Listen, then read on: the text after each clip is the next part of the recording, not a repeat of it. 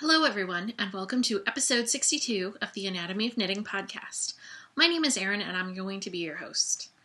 I'm coming to you on March 12th, 2015, from Cork, Ireland, and it is a yucky, disgusting, windy, rainy, awful day. And if you don't have to go outside, don't. It's just that disgusting. Excuse me, so I had to clear my throat. I'm going to make that bigger so I don't have distractions. I am probably going to have a bit of a short show for you today, I almost said tonight, because last week's show was just a few days ago, and I don't have a ton of stuff to talk about, but I have a few things. So I figured I'd record, get back on the schedule, and then we'll see how things are next week. So in this episode, I'm going to talk about the week in review. I'm going to talk about a couple of finished objects. I'm going to talk about what's on the needles. And then I'm going to show you my my latest quilt finish, which you can see. Oop. Dang it, I keep doing it there. And there went my show notes. Down on the ground. So, let's get started. So last episode I was telling you about the health issues that I was going through before my trip to London. And today, and I had told you that I had been referred to the breast clinic here, and that I hadn't heard from them. Well, on Monday I got a letter stating that I had an appointment for Thursday, which was today. And this seems to be fairly common here, is you get referred to a clinic or a doctor's office or something. If you need to be referred somewhere, then you end up always getting a letter with your appointment time. I believe we also got a letter for the public health nurse when we needed the boys to just have their growth and development assessment. The same thing happened. We got a letter with an appointment time, which seems kind of odd that the person who's going to be actually going to the appointment doesn't have any sort of input about when their appointment's going to be. And I actually had a driving lesson scheduled for the time that I was supposed to be my appointment. So I called and I tried to see if I could move it, but I guess new patients only get seen in the mornings. So I decided to keep the appointment because the driving lesson is the more flexible of the two appointments. So I did that already today. I had my appointment at 9 a.m. and apparently I was the first patient of the day, which is great because I was done by 11, I think. And so I went in, I got examined, and by one and I think the first doctor that I saw was like a resident. I didn't ask if they do, if in the hospital, because I had to go to Cork University Hospital to get this done. I didn't ask if they had residents and fellows and attendings and all that stuff. So I got examined by the first doctor and then had to be examined by another doctor who was very brisk and matter of fact, and just seemed very busy, to say it nicely. And then I had a mammogram done, which was unpleasant, but it has to be done. And then I had an ultrasound of the area, and I guess when they were doing the ultrasound, they found some nodules that they think are fibroadenomas, I think, which is nothing. It's nothing to be worried about. It's just like a fibrous tissue, not mass, but but thing in my breast. So they said they look like those classic, I have three. I have one here, and then one here, and then one here, I think. And so they said that they all looked the same, and they all looked like classic fibroadenomas, which again is nothing. And so then they said that, well, we have to do what's called a core biopsy. So basically what they do is I think it's a needle that they stick in, and then they it's like this spring powered gun that they numbed me up, and then I think they did an incision with a little scalpel, and then they took this. It doesn't really look like a gun. It looks like a syringe with a plunger, and so then they stuck that in, and they were using the ultrasound to guide where they needed to go, and then she pushes the trigger, and you hear this click, and even though you're well aware of what's going on and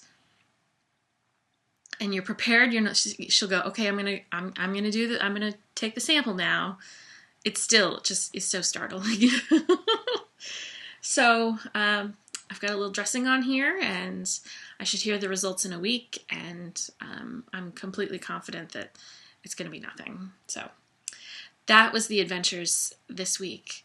And the funny thing is not funny, but one of the differences that I've experienced here is, I walked into the clinic, and they had the referral from my GP, and I didn't have to show any proof of insurance. I didn't have to do anything. I just made sure that I had the correct contact information, and then that was it. It blows my mind. I'm not used to not having to worry about showing my insurance and everything. So that was helpful to not have to worry about. So I did all that. And I was done at 11 because I started to head home, but then I thought, hey, I'm kind of near the big toy store that's at the Kinsale roundabout. Why don't I go and check and see if they have? We're collecting these die-cast cars. Well, not really collecting. We're amassing, I guess is a better way to put it. All of these die-cast cars, the movie Cars, and we're working on getting the complete set of the first movie. That's my goal, is to get the complete set of the first movie, and we've got a good chunk of them. But today I found Lizzie, which is the Model T car in Cars, and then I also found Francesco Bernoulli, who's a part of the second movie, but they've also seen the second movie. The boys really love Cars, the movie. And then I got them some books too, because I love buying them books, and they love books. So I came home and had lunch, and now I'm podcasting. So let's get to the finished objects. Like I told you last week, I finished Malcolm's Sockhead hat. This is, way too dark. The Tree Hugger's Wife in, oh goodness, I can't remember let me just check my stash on Ravelry, because I know it's at the top of my stash. It's the Tree Hugger's Wife. This is the yarn that I bought while I was in Alaska on an Alaskan cruise. I apparently have marked it all as used up already. It's Sturdy Sock is the base, and Forest Canopy is the colorway. And unfortunately, the color that you're seeing is a little too blue. It's a little too dark. It's a lot. Let me see if I can give it a little more light with my phone. Yeah, that's a little more accurate. Is this brighter green that you're seeing with the phone? And again, I did this. I sort of adapted my own version of the pattern. I decreased the stitch count by 20 stitches to get a tighter hat, because they don't have a gigantic head like I do yet. The decreases aren't supposed to line up, but you can't really tell. You can't really tell where, because I didn't have the proper stitch count for the decreases that are listed in the pattern, but you can't really tell where the weird area is of the because of the weird stitch count. So that's good that you can't tell. Malcolm wears the hat. He wears any hat that I put him in, really. He doesn't have any color preferences. Nathaniel is definitely the more color preference boy. You have to offer him like the plates.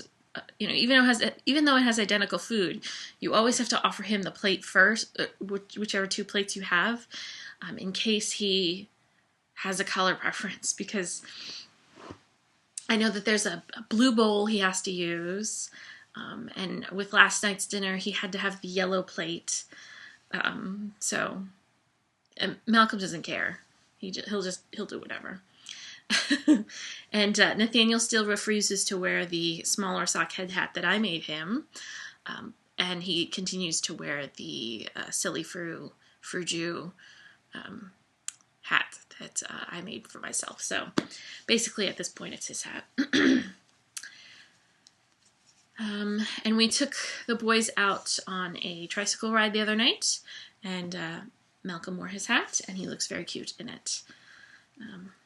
I'll have to see if I can put a picture in, and I'll just do the full screen one, because that seemed to work really well last time. So, full screen, picture, cute. I'm doing strange hand movements, so I know as I'm editing to put it in there.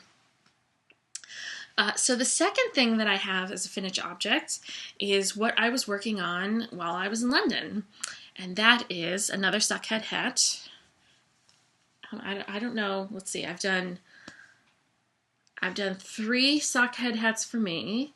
I've done 2 for the boys, and then I've done this one for a former coworker of mine. So that is a total of 6 hats, 6 sockhead hats. This is Shibui sock yarn in the jewel colorway. Shibui yarns, I believe, are dyed in the Portland area.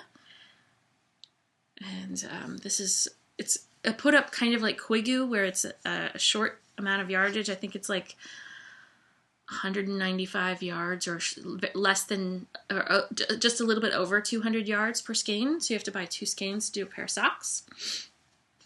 And you can tell that I had to start the new yarn right about there. And you can see that the gauge of the yarn, none of the greens overlap here, but they overlap up here. And that doesn't bother me.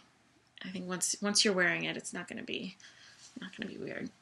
And I knit this as the pattern, and the sockhead hat is a free pattern on Ravelry that you can check out. There's the ribbing, and then long stockinettes. And then there is the pretty top. And this is going to my friend Jess. She is a former coworker of mine. She recently had a little boy herself. And she had seen all the hats that I had been posting to Instagram, and so she says, "When are you gonna make me one? When are you gonna make me a hat?" And I said, "As soon as I finish Malcolm's sockhead hat, I'm casting one on for you." And so I did, and it's done, and I've shown you, so now I can send it off to her. So those are my finished objects. So we'll move on to works in progress. This week I have not worked on the cardigan at all, the hopper cardigan. It has sat neglected over that way. But what I have done is something I never thought I would do. I have cast on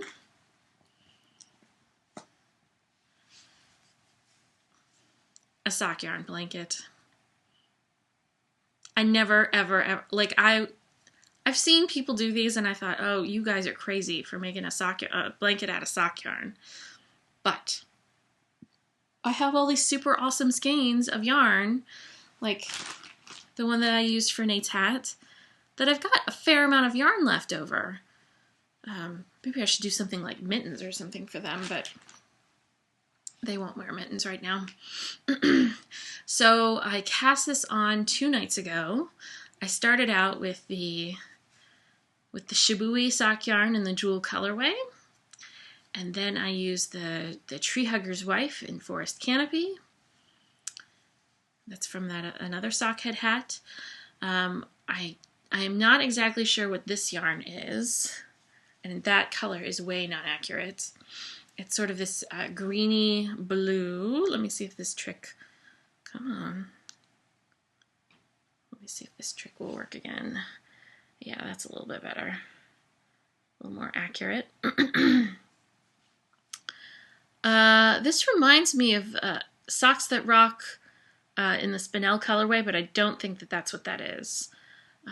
This is another sock yarn. I believe this is a yarn that I used to make a little girl sweater that I originally was going to make for my husband's sister's daughter, but didn't finish it, and she has since turned into a 4-year-old. And it was knit for a 6-month size, so I think that's what that's from. And then this is from Nate's attempted sockhead hat.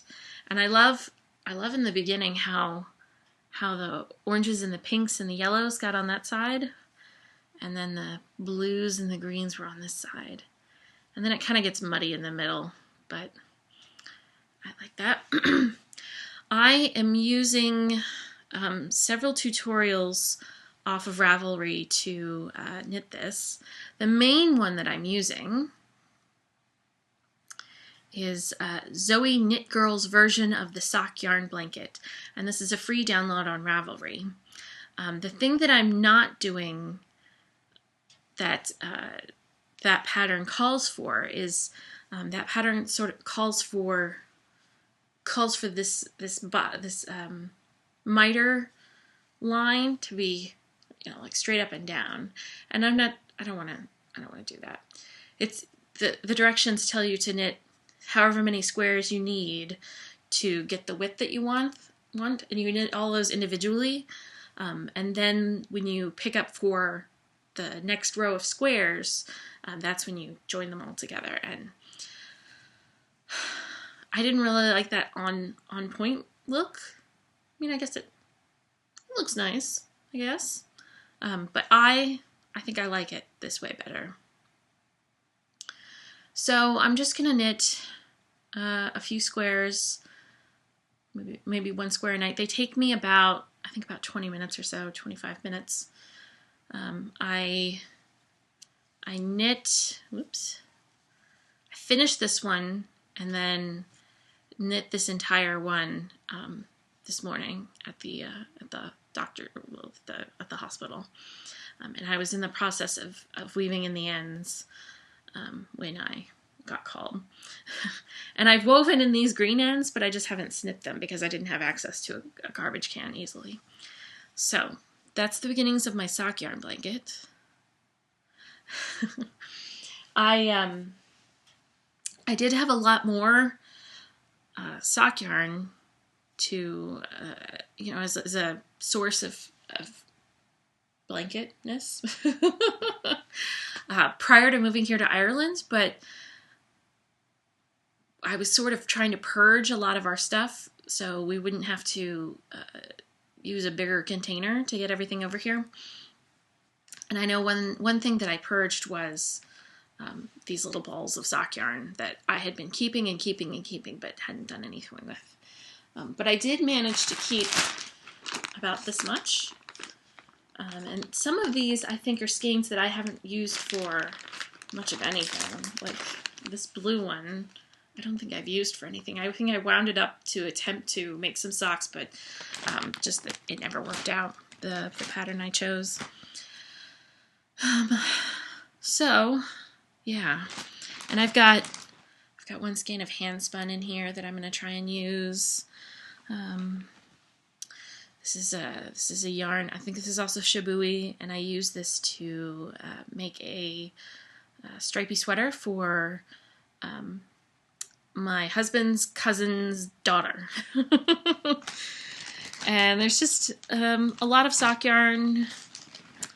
There's some Volmais. And then I took a fair amount of balls with me because I didn't know how long I'd be waiting. So there's some Volmais to use. There's more Volmise. And then there's some more Volmise. And these are all skeins that I've used.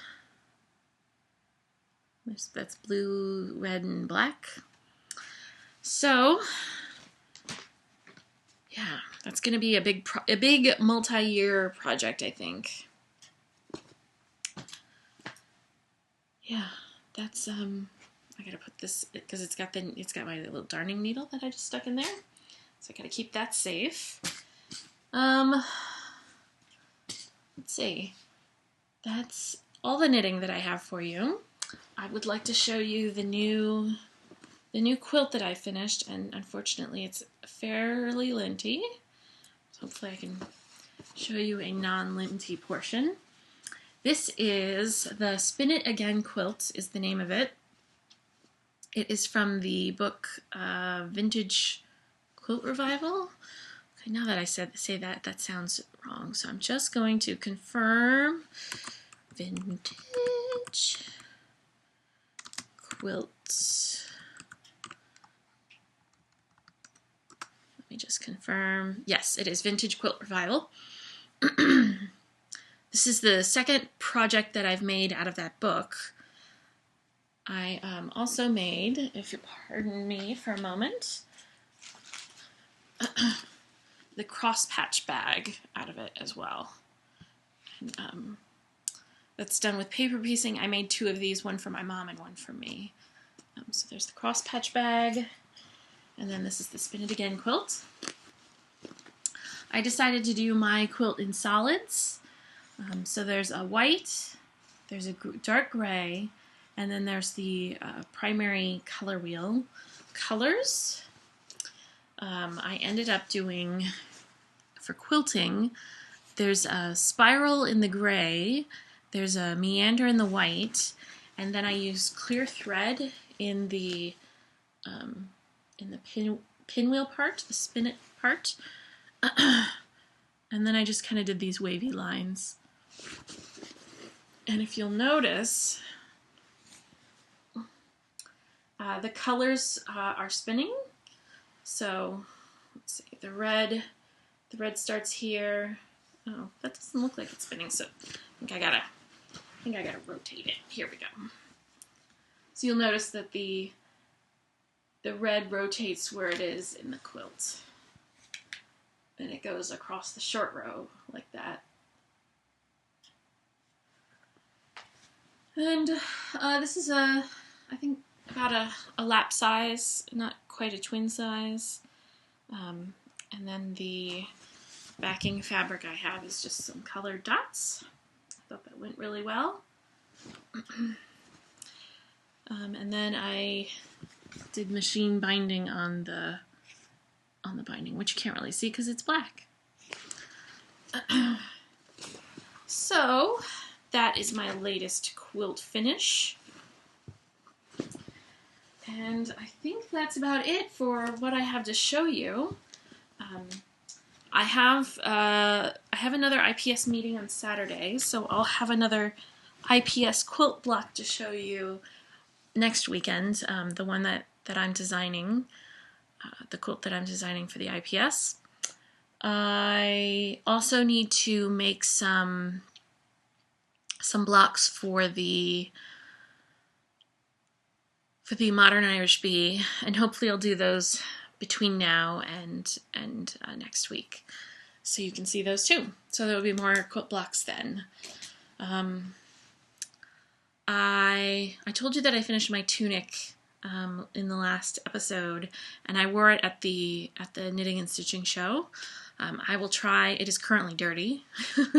I have to wash it, and hopefully I'll try and wear that for next week so you can see how that turned out. And I think that's about it for what I have to tell you. Yeah. So I want to thank you for watching. I want to say welcome to all new viewers, and thank you for checking me out, and thank you and hello again to, I don't want to say old viewers, previous viewers, vintage viewers. I'm not exactly sure. But thank you for watching, everyone. And follow the podcast group on Ravelry. Just search for The Anatomy of Knitting. Again, I've updated the website to have all of the videos from the podcast on there, and that's at theanatomyofknitting.com. You can follow me on Instagram as EKSRN2002. I'm KnittingRN on Ravelry. And let's see, is there any other place you can find me? I think I'm KnittingRN on Twitter, but I don't really post to Twitter all that much. Yeah, I think that's everything. So, I want to thank you for watching, and I thought this was going to be a short show, but we're about a half hour in, so I think it's a good chunk. So, I'll see you next week, and thank you for tuning in. Bye!